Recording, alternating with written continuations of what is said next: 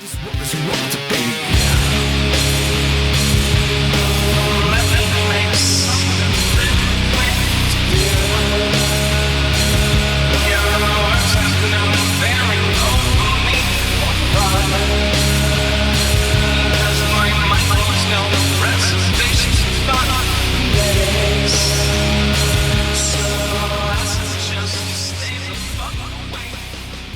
Welcome to the O.WP. This is our wrestling podcast. This is Dave along with Jess.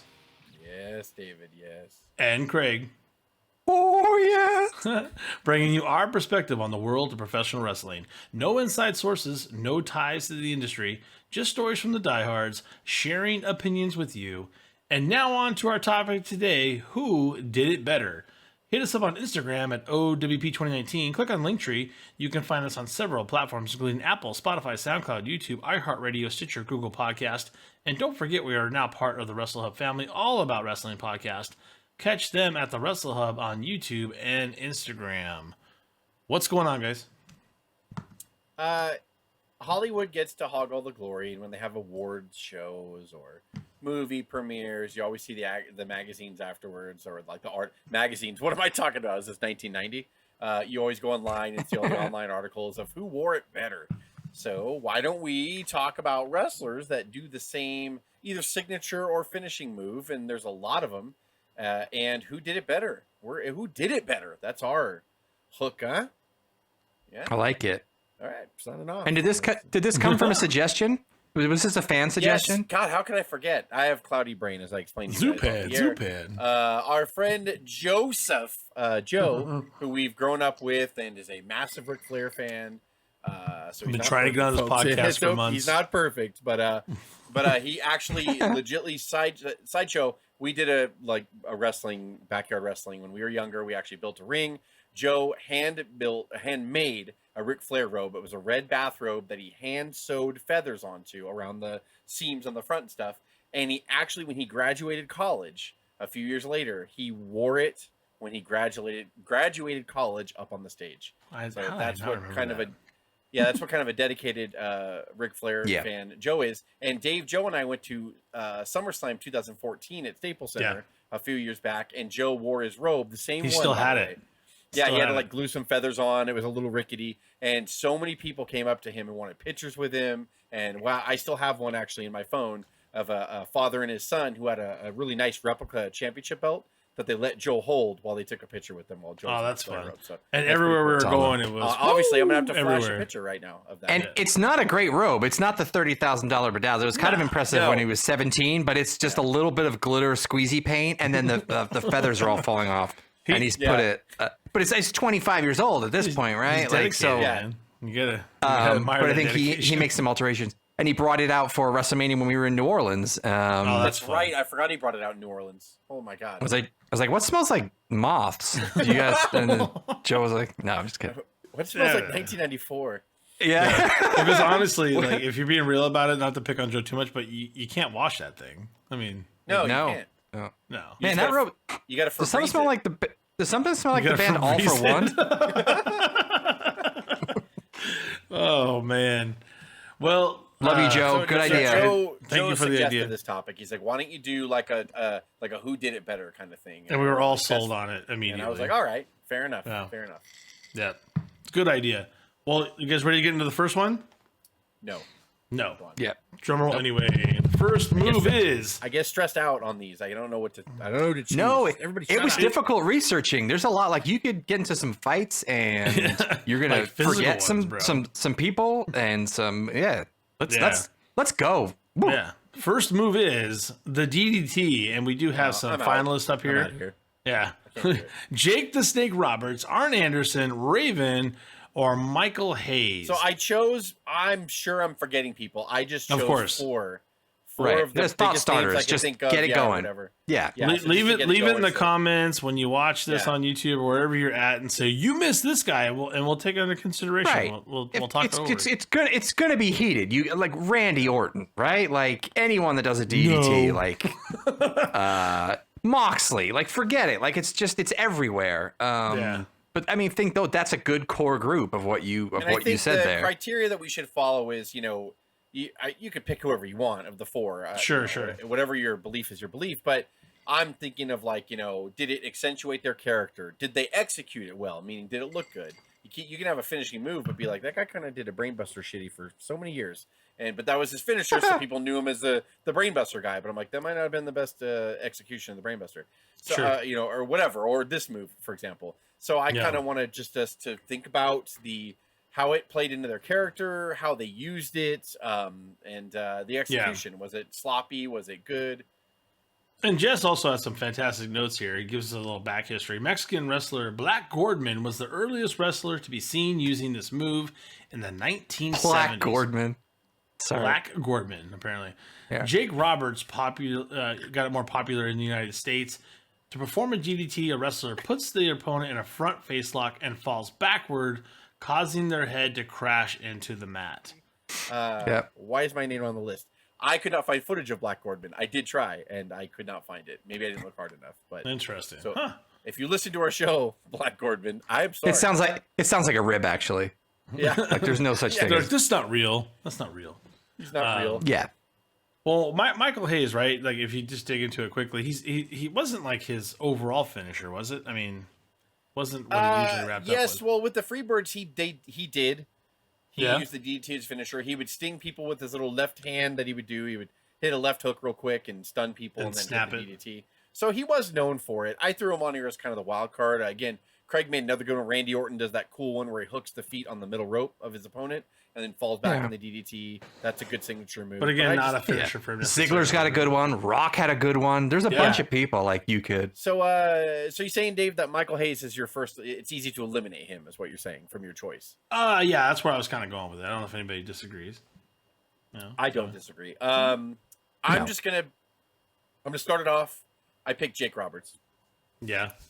I love Arn Anderson, and I love the way he utilized it. I love Raven, and I love the way Raven utilized it. But Jake Roberts, kind of to us in the United States, and when we started watching wrestling, was the guy known as Mr. DDT. Roberts with that steel chair. Jake the Snake, the master of the DDT. He dropped him on his face and handed that steel. And when he hit you with that short clothesline, that shit was coming. And in his younger days, but before he telegraphed everything, which Vince eventually would groom his stars to, you need to be known for your moves and your signature catchphrase and your finisher. Okay, but before that, I saw a lot of stuff on YouTube researching for this, where Jake would just kind of like somebody would duck a clothesline of his, and then they would turn around and he would turn around and he would snap it on him real fast and hit him, and it was cool. That's fun. So that's fun. Yeah, he was super inventive with it. I think Jake Roberts did it better in this case. That's my opinion. Yeah. He could do the short arm clothesline to set it up. He could do it out of nowhere. He could kind of take his time with it as a finisher on a prelim on a Saturday morning and just to break their neck. Arn was awesome because he was so fluid with it. He did the little like fake punch. They would duck. He would grab it and DDT. Yeah. And we'll talk about Arn I think later on too. So Arn can't have he can't own two moves, but like we know of the DDT because of Jake. Master of psychology, like you kind of have to.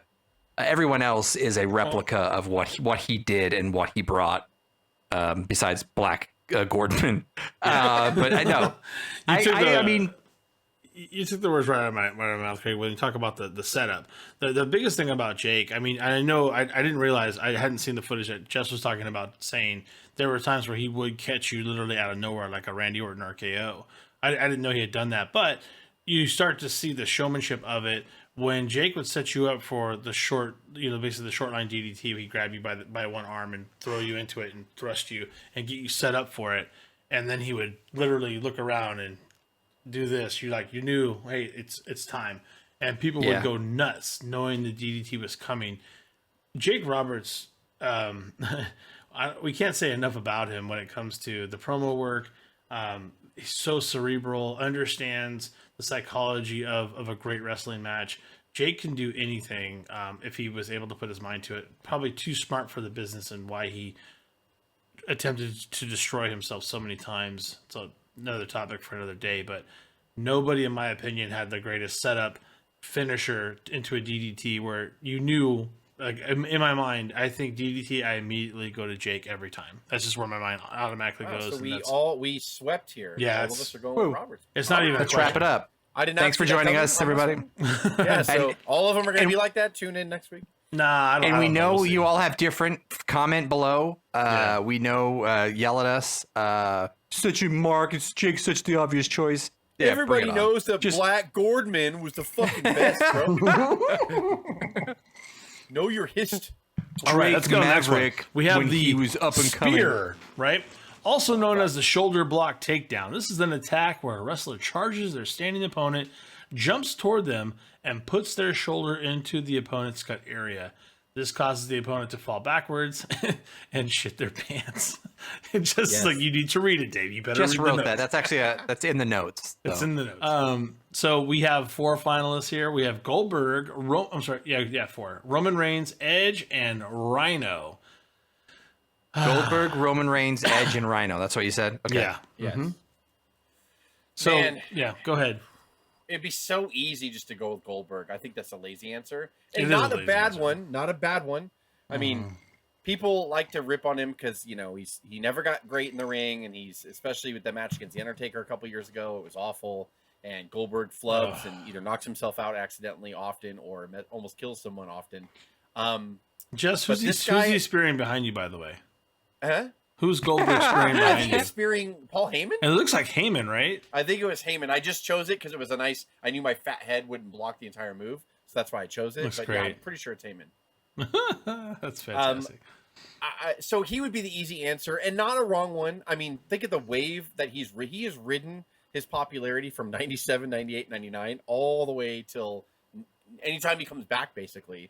Vince feels value. But you can also argue that this was not his finisher, right? And no, correct. But I mean, it was a signature move of his too. True. You're right. Jackhammer was his finisher. But I'm going to take myself back to 97 and 98, and we would tune into Nitro every week to see him face Jerry Lynn, to see him face Hugh Morris, to see him face Disco Inferno, to see him face Glacier, to see him face Saturn, to see him face Lodi, to see him face like anybody, and he would spear the shit out of these people. Of course, Hogan, it would be like laying Hogan down on a pillow, but like because you know who to hurt and who not to hurt. Take but it easy, brother. Spear, ow!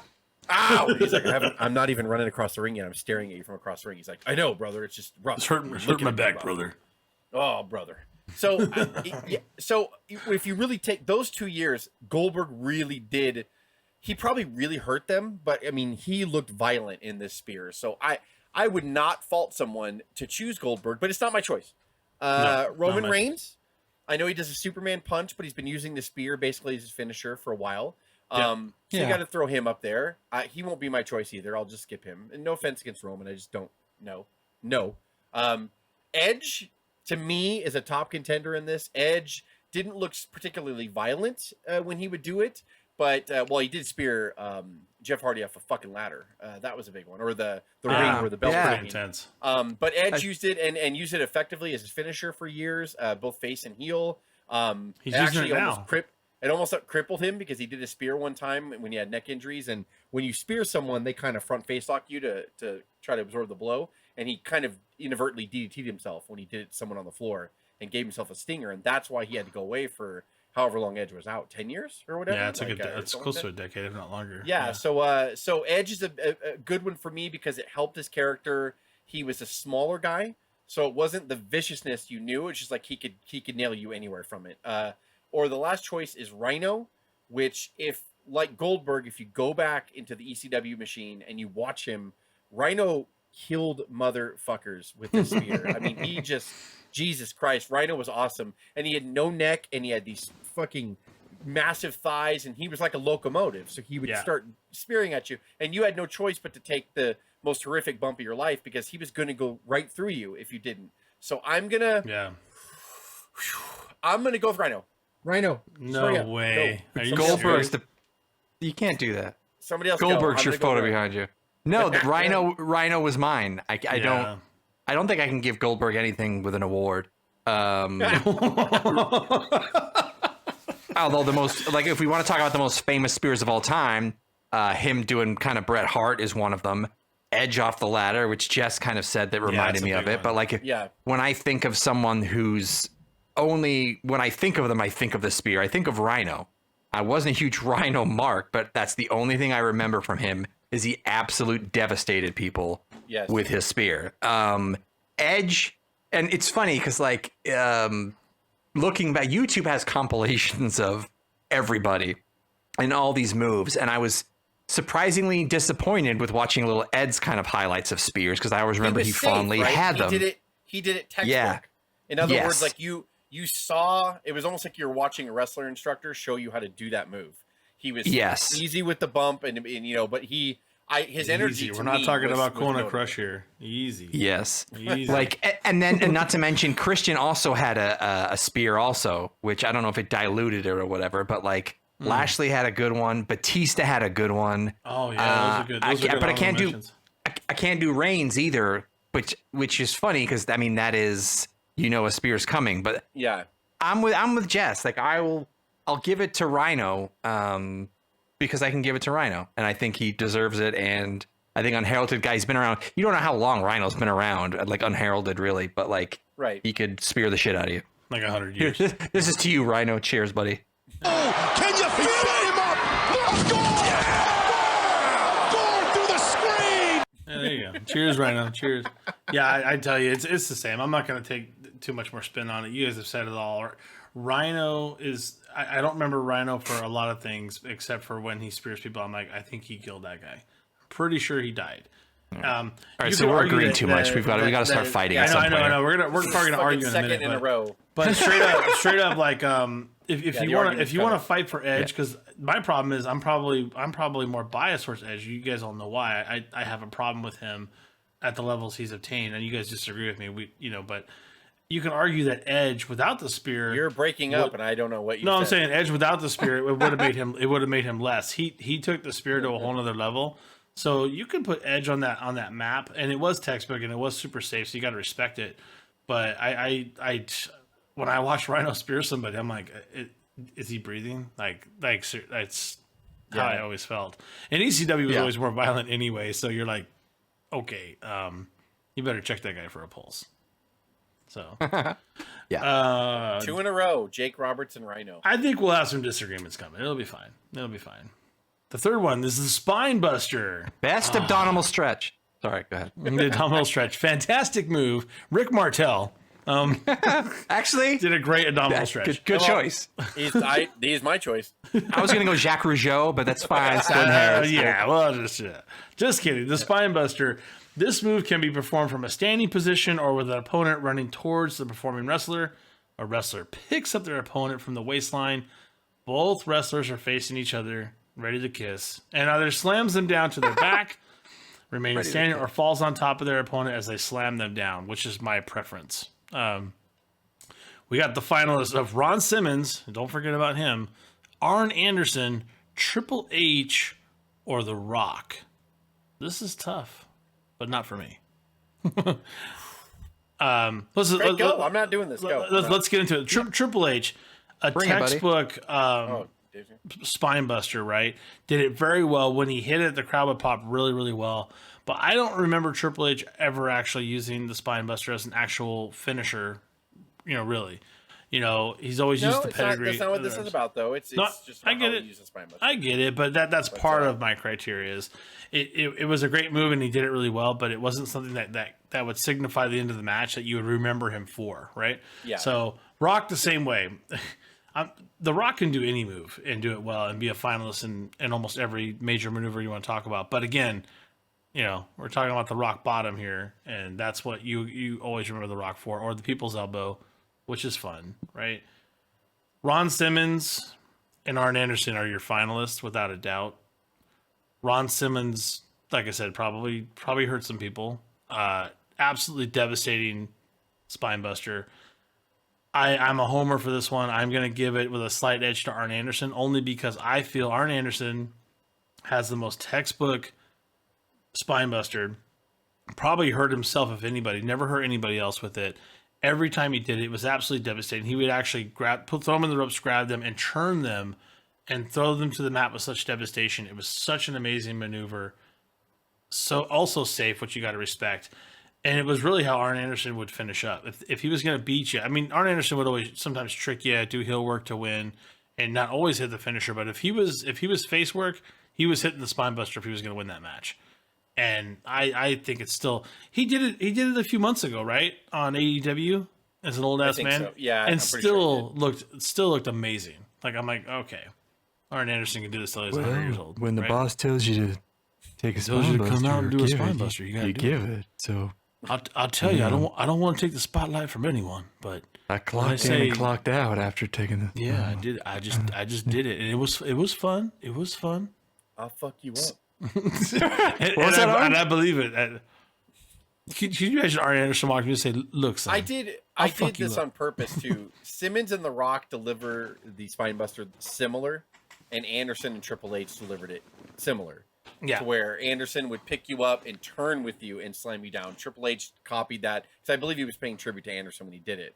Ron Simmons would catch the wrestler, pick them up, and just push them down by putting his palm on their chest and slamming them the fuck down hard. So Simmons had a really brutal spine buster. It was, and he didn't even leave his feet. He would just catch the wrestler when he was coming towards him, and he would pick him up and push him down with his palm right in their chest. And The Rock would do that similar. The opponent would come running at him. He would pick him up, but he would fall forward, while the opponent went backwards. So Anderson and Triple H did it the same. The Rock and Ron Simmons did the same, similar. Obviously, Simmons didn't leave his feet, but The Rock did. The Rock arguably is the sloppy one. He would just get super sloppy because The Rock wanted to hurry up and get that pop of the people's elbow. So he would just do the spine buster real fast and be like, all right, now I can do my shit. That was the setup for the elbow. Yeah, it was a setup for the people's elbow, basically. But The Rock used it a lot, and he was known for it. It was like his series of 3 that he would go into. Triple H, I agree with Dave. He was more textbook with it. It never looked super vicious when Triple H did it, but he worked it into, his move repertoire for sure. The finalists without question are Ron Simmons and Arn Anderson. But I think on this one, because I gave him the snub on the DDT, I would be doing everybody a disservice if I didn't go with Arn Anderson. Because as brutal as Simmons is, Anderson... We're not going to disagree today. He had the best spine buster. He had the best spine buster on Anderson. I can't say he didn't. Even to try to be different, it would not be fair. Anderson would be so pissed at me. Craig, pick The Rock and let's move on. I think you pick Ron Simmons. I respect. Yeah, I'll just quick. You guys don't have to agree on everything. Not on my account. It's fine. It's fine. I've never been the best. I've never been the strongest. I've never been the most handsome. But I get it done. I will take that. I parlayed a decent career out of blah blah blah blah. I agree with everything said, except for Triple H doesn't pay homage to anyone but himself. He's not getting it. That was coming. Rock. What are you talking about, Craig? What do you mean? Rock's was an afterthought and a setup. Researching online, Ahmed Johnson back in the day had a great one. Brock has had a great spine buster. Bobby Roode has a great spine buster. Oh, yeah. I forgot about Bobby Roode. See, I'm a terrible person. I legitimately forgot about Bobby Roode. But I think you do have to go down to these two styles of complete technical ability with Arn, but the pops were the same. Whether it was technical ability of Arn, where he went down and protected the guy and went on his knees, or you have Simmons who never left his feet. He would not disrespect himself. I think his goal was I'm going to throw you through the mat. He was just destroys them. Yeah. But I think when it comes to the best spine busters of all time, you can watch Arn Anderson doing it from center stage in Atlanta on the old NWA set, and you can see the Undertaker versus Ric Flair WrestleMania match when he popped it out of nowhere and then just was so flawless he kind of rolled right out of the way and got the biggest pop ever. I want to say Simmons, I really do, just to kind of argue because of the brutality of it, and Simmons should get more kind of respect, I think. But you just really can't. You just gotta, and especially we didn't give Arn the DDT. That spine buster, no one does it better, and it's a work of art. So Anderson again, we're just Death Valley driver be executed and win the match. Arn Anderson's in. Arn Anderson, spine buster. This is it. Thanks a lot, Joe. Give us a topic that we'll all agree on. All right, so the last one. This has to be Has to be some let's go. differentials here. The Powerbomb. Let's This go. move is performed by facing your opponent, pulling their head down between your legs. That sounds awful. The wrestler performing the move then sexy. wraps their arms around the opponent's waist, joining hands on their lower stomach, lifts them up to where they are sitting, straddled on their shoulders, and then the wrestler can simply let go, causing their opponent to fall back, or they can drive their opponent down to the mat, which is what we're going to talk about. Powerbomb Yeah. is the most, because you tried to picture and describe a powerbomb with words, and it did absolutely no justice. You cannot describe a powerbomb until you actually see it. Yeah. But it's so funny. If you're watching this, you're like, what is a powerbomb? It's like, and just listening to Dave describe it or what was real, it's like, no, you can't. It's just, it's a powerbomb. Halfway through, I was like, are we still talking about a powerbomb, Dave? If we're not, that's fine. But straight up, when you leads. see one, and I think this is where, I hate to say it, I think the powerbomb at this point is probably where the majority of wrestlers get hurt. Some people just don't know their own strength. Some people don't know how to take care of the other wrestler. Some people don't know how to just what was the term that our buddy would say back in the day? Just go with it, right? Joe is actually the one that would say go with it. Yeah, so you have to go with it. You have to commit to the move. If you don't commit to this move, and if the person that's is taking you for that ride doesn't take care of you, there's too many things that go wrong with the powerbomb. But yet, no one's outlawed it yet. No one said no. They said you can't do a lot of things, but I'm gonna give you a pile driver. I'm like, no, yeah, I don't want to do no pile drivers. Just go with it. Just go with it. Just go with it. It's fine. And pile drivers, by the way, are outlawed. And I've never done it we before. tell- I've never done it before. Just go. Have we told that story of my powerbomb pile driver on Dave? I don't No, I think we haven't. have told that story. But that was when we wrestled in the house. So we had we started out my parents' living room wrestling, and we roped it off with actual rope. I put eye bolts in their fucking wall, and I wasn't homeless after that. Surprisingly, I'm sorry. So we love did you, that, bro. and then we built the wrestling ring back there because we broke so much shit in my parents' living room that they're like, Yeah. whatever you want to do, just not in here. I'm like, we're gonna build a ring in the backyard, and they're like, what could go wrong with that? But yeah, in the house, Craig did a pile driver on Dave on my floor, and he pile drove Dave, and it was real because Craig never done it before. Dave never taken it before, so he slammed Dave down on his head. Dave stood up. It looked and he's good. like- It looked great. Dave stood up, and you could tell he was hurt, and clear shit leaked out of his nose, which we are pretty positive that it was brain fluid. I've been dumber ever since. It's true. He And could have been concussed that night. We did not it's have on a a- concussion protocol. It's on a super old VHS tape, and you can see me try to grab him to do it again, and he pushes me off as if to say, this is not happening ever again." And so I run to the bathroom. He bailed out. Yeah. I run to the bathroom. So I tried to do it a second time for no reason. I'm not a hurtful And person. I think didn't know he was hurt. he was yelling, "Do you want another one? Let's go!" You And know, it was and I was like- it was literally on like shag carpet on like a plywood floor. I think like, you it was actually got just- me on the kitchen linoleum, but that doesn't. It was on the window. But it would have been the Sorry. same effect. But I went to the. I think what happened is like I literally busted like a sinus cavity, and you probably did me a favor in hindsight. So thanks, I appreciate it. You're I feel welcome, better. buddy. Everything's clear now. It's easier to breathe. You're It's welcome. good. So, but yeah, that is a good story. It really did happen. I swear.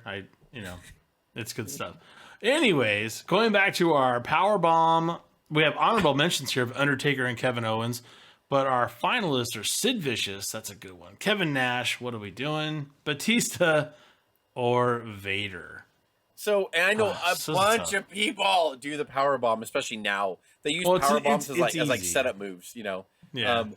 But I mean, back here, Undertaker's last ride power bomb was fantastic. I love the last ride power bomb, but he only did it for like a 3-4 year window of his career. Kevin Owens is a really good. I have Gant. The pop-up's great. I love that Kevin that Owens variation power of bomb, pop-up. Yeah. which is great. So there's a lot of people are going to be like, "What the fuck?" Ahmed Johnson did the Pro River Plunge. I thought that He was took sloppy care of the as guy. shit. Yeah, He took care of the guy. he Ahmed was Johnson. always so careful and never hurt anybody. Fuck. We have to differ on this because I don't think. we all there's have not going to different be. visions. Yeah, there's no way. Man, Vader broke a guy's goddamn back Yeah, he with his did. power bomb. What was his name? Not Joe. Joe Thurman. Yes, Joe Thurman. Now here it comes, the moment. And right there, he breaks the back of Joe Thurman. Was the prelims name of the back that he broke. And I mean, he would fold Sting in half. He would and Vader would powerbomb the bejesus out of everybody. Batista did the sit down powerbomb called the Batista bomb, which that was his finisher. A great move. And that was, he was very clean with that for a big man. Batista's pretty underrated in there, to be honest, overall. He's underrated, period, in the ring. Yeah. He's Kevin on Nash, 3 of these 4 moves. Batista does Spinebuster and I think did the spear too. Like he had a, he has a great few of these. You're right. He does have a great Spinebuster. He's up there. Yeah. Kevin Nash was known for the jackknife powerbomb when he was Diesel, and of course he still did it as Kevin Nash in WCW. Marvin Nash. Sid Vicious. The Sid Vicious powerbomb, like that Marvin Nash. Devastating. That's from Pulp Fiction. I cut my fucking ear. Hey, kid, what's your name? That's right. I'm dying here. Marvin Nash. Sorry, go ahead. I don't think that's Pulp Fiction, though. That's Reservoir Dogs. But anyway. Oh, no, you're right. I'm so sorry. You're right. Thank you, Dave. Thank you for not letting me get away with that. Fuck. Get it, bro. Damn it. Damn it. Okay. All right. All right. Sid Vicious did the best powerbomb. Anything to do with me? Uh-oh. And you say powerbomb. I don't know if Hunter will be saying much after this. Van Helmsley was folded up like an accordion, and last rites have been spoken over Hunter Hearst Helmsley. Psycho Sid's got this one won. 3 count is told. Thank you. Oh, God. No. Oh, wow. Okay. Thank you. All right. I will tell you that Sid Vicious was my reasoning for having the powerbomb as a finisher when we did our Dave OWF Vicious. wrestling. That's right. Dave Vicious. He did. He was the reason for my character change because I felt I could do a powerbomb and be safe with it, and it was a really good maneuver and a good finisher. But I'm not going to go that route. I'm going to take it. I'm going to take it a different way, man. I'm going to. Kevin Nash.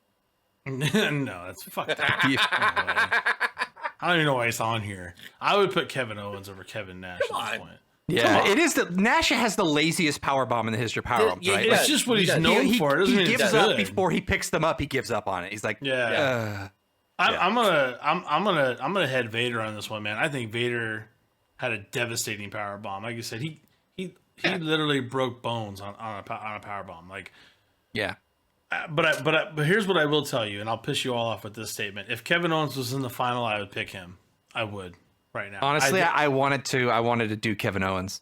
Okay. Which it's not really fair, but like I just love the pop up so much. Like someone It is good, beautiful. and I really battled on who to take out. But I know you guys belittle Kevin Nash, but come on, like Kevin Nash was known for it. I'm not saying he did it good, but he was known for it. Kevin Nash, that's his finishing move was the jackknife. Like, if you were to pick someone that's done the most power bombs on television and pay per view, it's Kevin Nash, right? Yeah. Like, It was just he was one of the guys that did the power bomb. Like you just knew him as that. And Batista, that was his finisher. And you could have, I mean, like I said, Undertaker for a small period of time. Kevin Owens. I was really battling on how do I fit him in.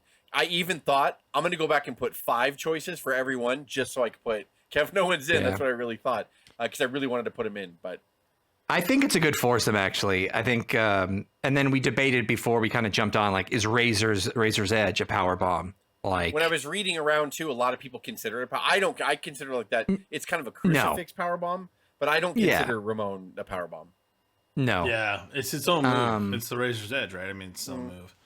So yeah, I was just asking the question of what it classifies in because I really didn't know. But what do you got, Craig? What'd you pick?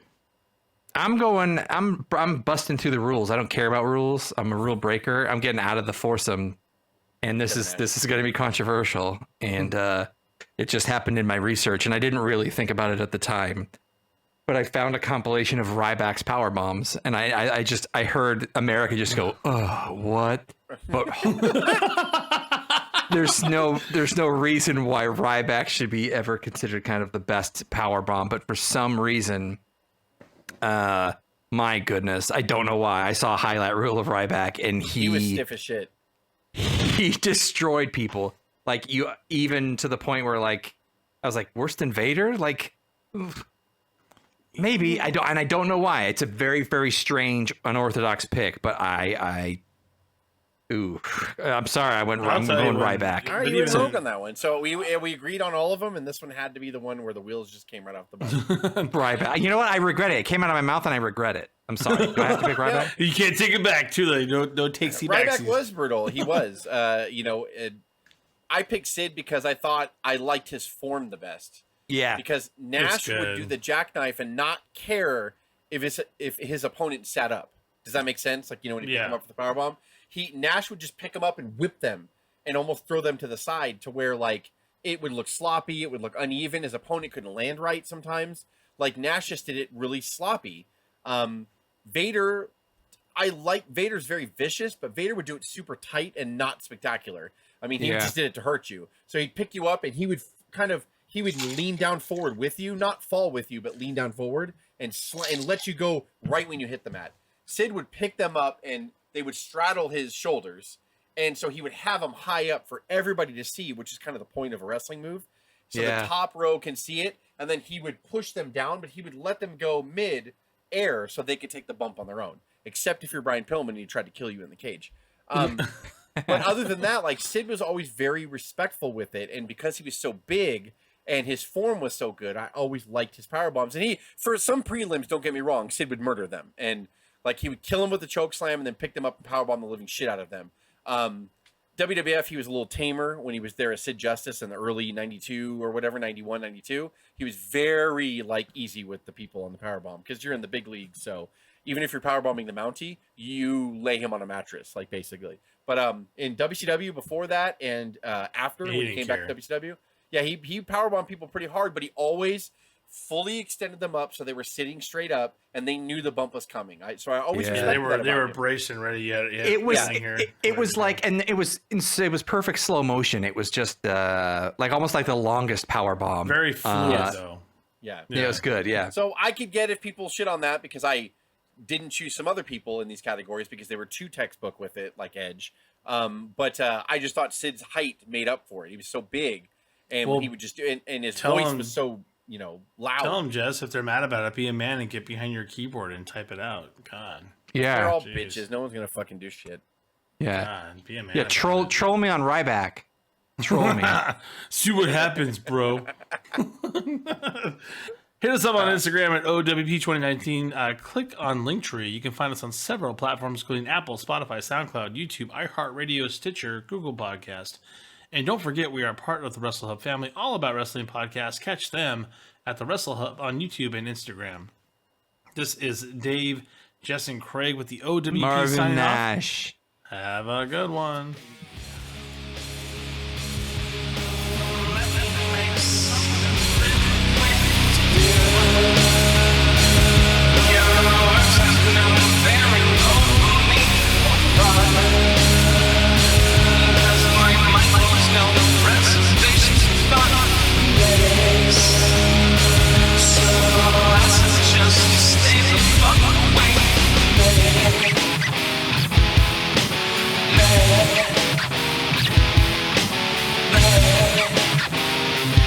Say it with me.